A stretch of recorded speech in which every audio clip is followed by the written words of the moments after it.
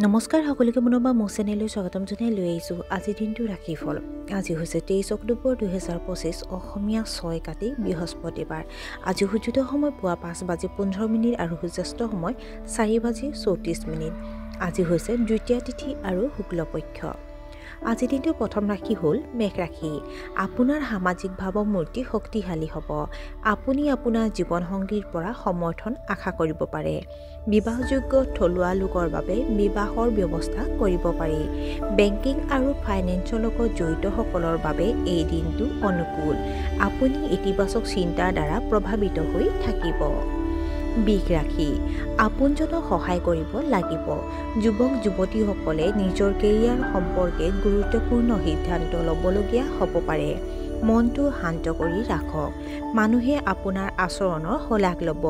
ব্যস্ততাৰ বাবে কিছু গুৰুত্বপূৰ্ণ কামত বাধা আহিব।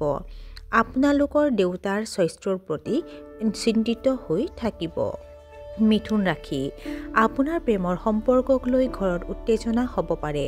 বিদেশ ভ্ৰমণৰ ক্ষেত্ৰত আপুনি নিশ্চিত নহ'ব। আপোনাৰ দৈনন্দিন কাম কাজ যথেষ্ট অসংগঠিত হৈ পৰিব। আপুনি বাকী থকা ধন লাভ কৰিব পাৰে।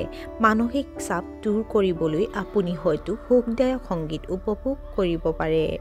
কৰ্কট ৰাশি। আজি ধৈৰ্য আৰু শান্তিৰে কাম কৰা উচিত। ভাগৰুৱা অৱস্থাত দুৰ্বলতা আৰু গাঁঠিৰ বিষ হ'ব পাৰে। সুস্থ হৈ থাকিবলৈ অনুলোম বিলোম আৰু কপালভাতিৰ অভ্যাস কৰিব পাৰে। আপোনাৰ পৰিয়ালৰ বয়োজ্যেষ্ঠসকলক অৱহেলা নকৰিব। বিয়াৰ দৰে অনুষ্ঠান কিবা কাৰণত পিছুৱাই দিব লগা হ'ব পাৰে। সিংহ ৰাশি। কঠিন বুলি বিবেচিত কামবোৰ আপুনি কৌশলেৰে সহজে সম্পন্ন কৰিব। আপোনাৰ আৰ্থিক সমস্যা বহু পৰিমাণে দূৰ হ'ব। জ্ঞানী লোকৰ উপদেশ শুনিব। কাৰিকৰী ক্ষেত্ৰৰ লগত জড়িতসকলে যথেষ্ট সফলতা লাভ কৰিব পাৰে।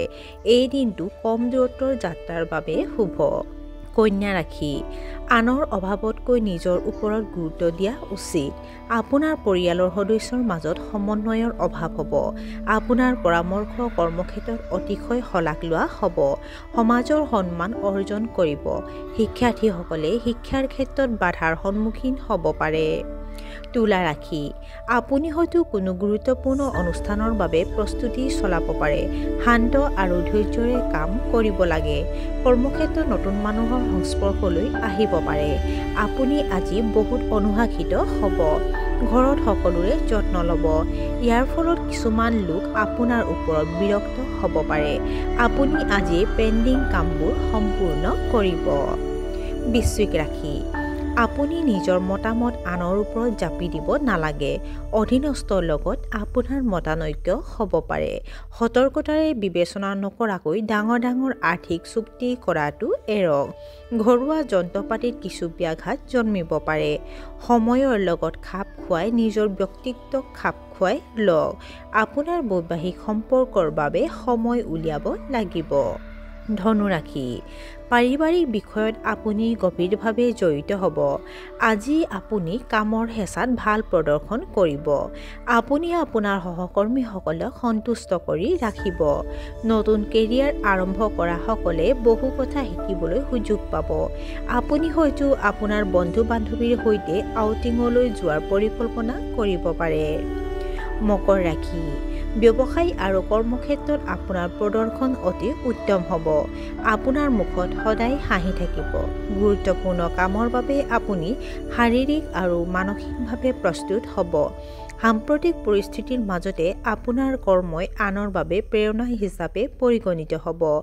আপোনাৰ সকলো কাম আপোনাৰ পৰিকল্পনা অনুসৰি আগবাঢ়িব। কুম্ভ ৰাশি।